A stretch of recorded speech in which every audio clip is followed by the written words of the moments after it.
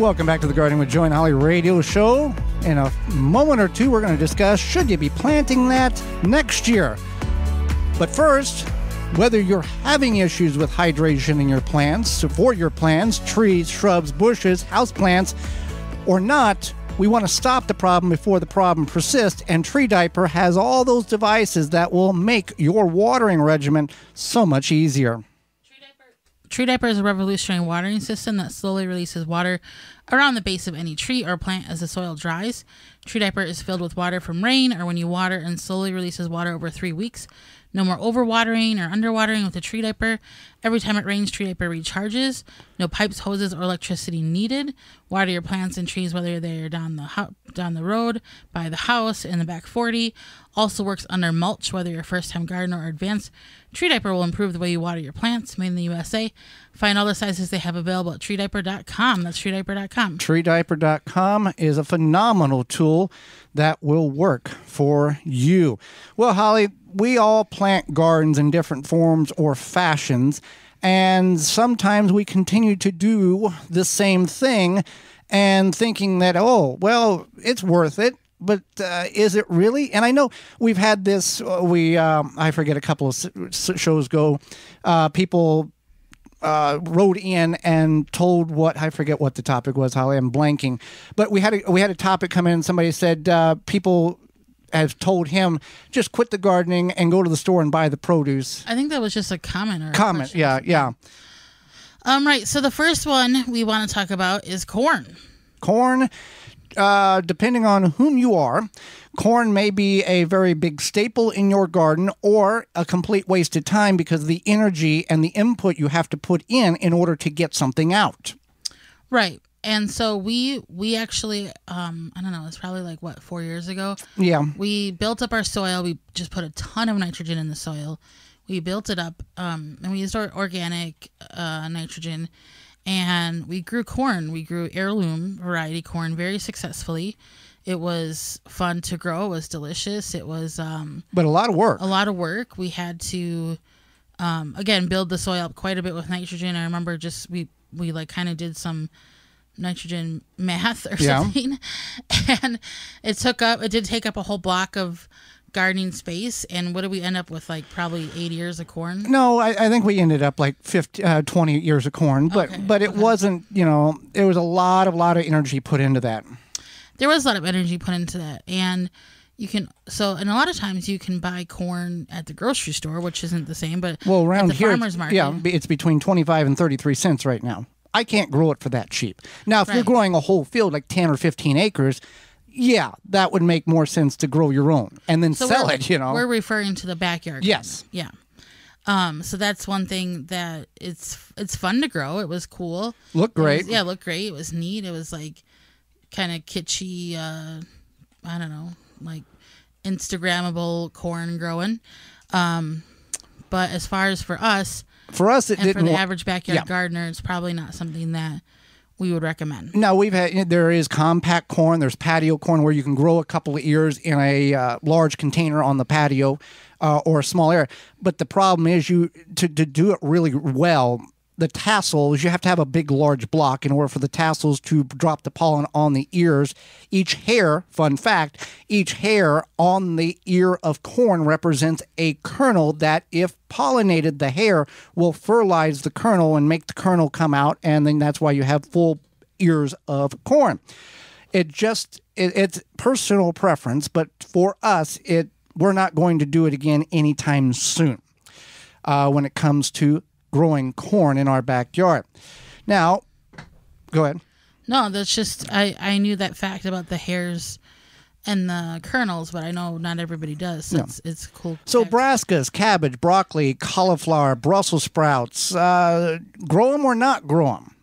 Well, this is really up to you. But I would mention that a lot of people don't realize this when it comes to many of these, and including Brussels sprouts, is that Brussels sprouts take 100 days. They take 7 years, and you have to wait for the right phase of the moon to occur. But they're cool. They are cool to grow because people don't know that the sprout grows on the actual stalk, and we grow them, right? And we've had some very successful years where we end up last year, what do we have, like a bag of Brussels I sprouts? think we had 12 pounds of sprouts Yeah. or something like that. Yeah. So we're not saying you shouldn't grow them. We're just saying that I think a lot of people expect them to grow faster. Understand Yeah. how the plant grows. Look at videos. Look how long.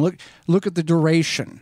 It's worth it, but there's a long duration. It's not a radish. It doesn't take 30 days. Right. So I think that's the biggest thing is like, does it make sense to grow it? Does it make sense for you to grow it? And that includes Brussels sprouts.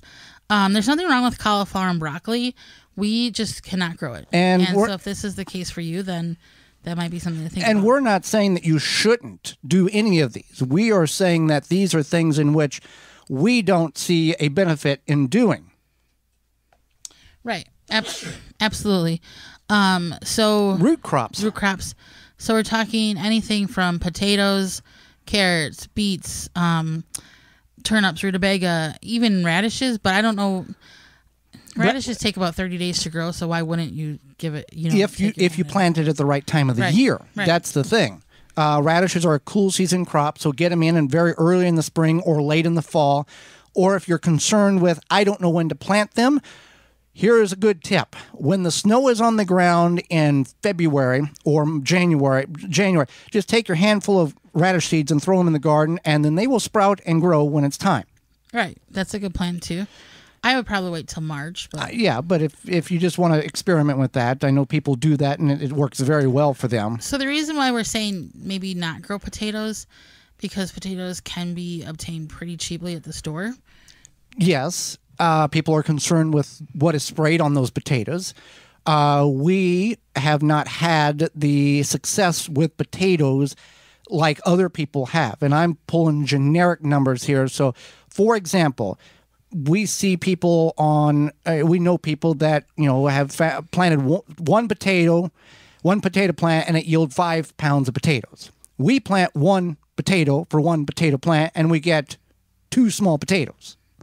Yes, it has something to do with the soil, the nutrients, the soil density, and all of those things. And we've done it every way, upside down, right side up, compost and raised bed mix and in the ground. And we just can't make it happen. Your sister's backyard yields much, much better potatoes in any way that we grow than in the big garden. Right, and we don't even know why. It doesn't make any sense to us because it's not like they're in two totally different regions. They're very similar soil, very similar growing areas. What would you say, like a mile and a half if you by air? About 7 miles apart. Oh, 7 miles. Okay, we're that far apart. Okay. Yeah. But still, it's not a huge. Same climate, same city, climate. the whole deal. Yeah. So we don't know why her potatoes have done better than ours. I don't know. We probably will never know. No. All right. What's the next one that we would suggest that you maybe not try? Beets. Beets. Okay. So there's nothing wrong. You can grow beets very successfully, but if you know how to grow them. If you know how to grow them. Also, if you like beets. Well, yeah, some people don't like beets. Some people don't like beets. But what the proper way to grow a beet, and you can have Chiaga beets, you can have golden beets, you can have white beets, the traditional Detroit red beets. When you plant them, you're planting a seed that is a cluster seed. That's just how nature has developed. And the seeds are they're in the same family as Swiss chard, or I think in the UK they call it chard root or something like that. Beetroot is what they call it. Yeah, beetroot. I know. And what they call Swiss chard. so as the seed germinates and you get a 2-inch plant growing, you're going to have potentially 3-4 plants in that cluster. So you want to go in with a small scissors and remove all but one. And I know what you're thinking. Well, if I remove all of them, I'm killing plants and that's more potential. If you don't remove them, you're going to have nothing but greens because you have to have that one plant to develop one beet root. If you have all 5 or 3 or whatever growing together in a cluster, you're not going to have any beetroot because they're going to compete and quit trying to develop a root and just put top growth on. Right, and that's exactly how it goes, is that you want to thin them out. You want to make sure they're growing properly like that. Another one I wanted to mention is carrots. And a lot of people get frustrated with carrots because they are kind of slow to germinate. So we have a trick with a board or cardboard. Yes, we plant our area of carrots, and then we take a cardboard or solid piece of wood, meaning 2x4, 2x8, that is not a piece of plywood or particle board that can emit toxins or the glue. So you cover that area and let it sit there for 24 up to 21 days. That's how long carrots typically take to germinate. But checking it every 7 days, and as you see little white stringy things starting to grow underneath that board, once you see a large establishment of them, then you remove the board, and you're not going to hurt the plant at all. It's going to be white, but in about 3 days, it's going to change colors to green, as it would be if it was growing up under the ground and then exposed to the sunlight. And then that's going to improve your germination by about 80%. Once you plant the seed, water, and then put the board on top of it, the board is holding the moisture into the soil, which is needed to be absorbed by the seed in order for it to germinate. Many gardeners will plant the seeds just like they would beans or anything else, not covering them with a board, just soil. Seeds of carrots are extremely tiny, and by covering them with a light dusting, the moisture dries up very quickly and the seeds can't germinate because they have no moisture. So try that trick either this fall or next spring, and you will be amazed of the reward that you are going to get by the amount of carrots that are germinating. You still have to thin to make sure you have proper spacing so you have good, deep, diameter carrots. But this will allow you to have the availability to thin out and to get a good harvest. Right. And then finally, we have huge vine crops. So this includes things like pumpkin, butternut squash, acorn squash. I feel like I'm missing any of your squashes, yeah, and your cucumbers for that matter. Cucumbers can get quite unruly. Well, you can trellis those, yeah. And people will trellis the squashes, but it's not recommended. It's very difficult to trellis a pumpkin vine that is very thick in diameter, very delicate, and can produce a very heavy fruit on it. So, as we talked about in the first segment, and we'll relay it over here, these plants can take up to 50 to 100 square feet if you allow it. You can train them. You can trim them. You can do a lot of these things. But obviously the best method is to naturally let them grow. Right. And this is something to keep in mind. I'm not sure that new gardeners might not realize this, and then they grow squash or pumpkins for the first time, and their yard is quickly taken. You want to go out in the backyard? We can't. There's stuff going on back there. So you can guide them around. You can do your little things, but it's just something to keep in mind. If you realistically don't have the space, you're growing on a patio or something. Don't try, and that's okay. Go buy the pumpkins when it's pumpkin buying time in your area, and enjoy them that way. Well, Holly, speaking of that, summer is just about over. Kids are back in school, and Japanese beetles, they're kind of gone, but they're not yet, and you need to take care of your yard in order to make sure they don't come back. Yeah, just because it's fall, we don't want to forget about our yards and those Japanese beetles either. They may be gone, but they're not far. Not only do they feast on your roses and berries this summer, they laid eggs in your turf, so they can start again next year. You can take a stand with phylum Grubgon. Grubgon is a non-chemical Bt granular that specifically targets scarab pests and their larvae. Simply apply the granule with a spreader, irrigate it into the soil, and let the naturally occurring bacteria do its job. Not only is Grubgon easy to use, but the best part about it, it's the only non-chemical choice that effectively controls grubs.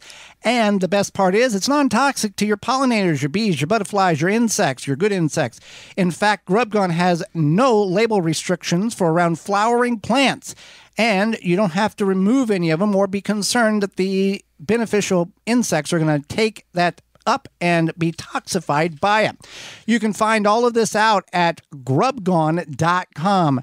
You can find this out at beetlegon.com to get your Grubgon. Beetlegon.com. Use coupon code GardenTalk10 to save 10% off your order at beetlegon.com to get your Grubgon. For more information, please visit thewisconsinvegetablegardener.com.